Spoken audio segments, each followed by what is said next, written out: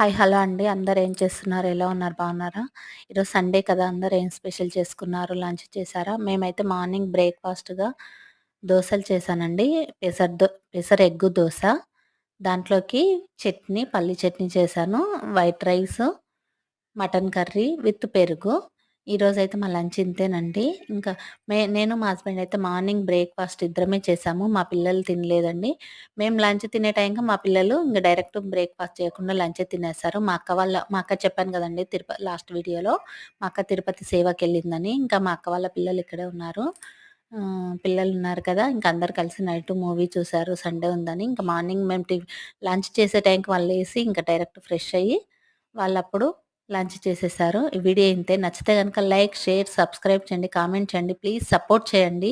లైకులు రావట్లేదండి. Please like చేయండి, సపోర్ట్ చేయండి. ఈ వీడియో ఇంతే.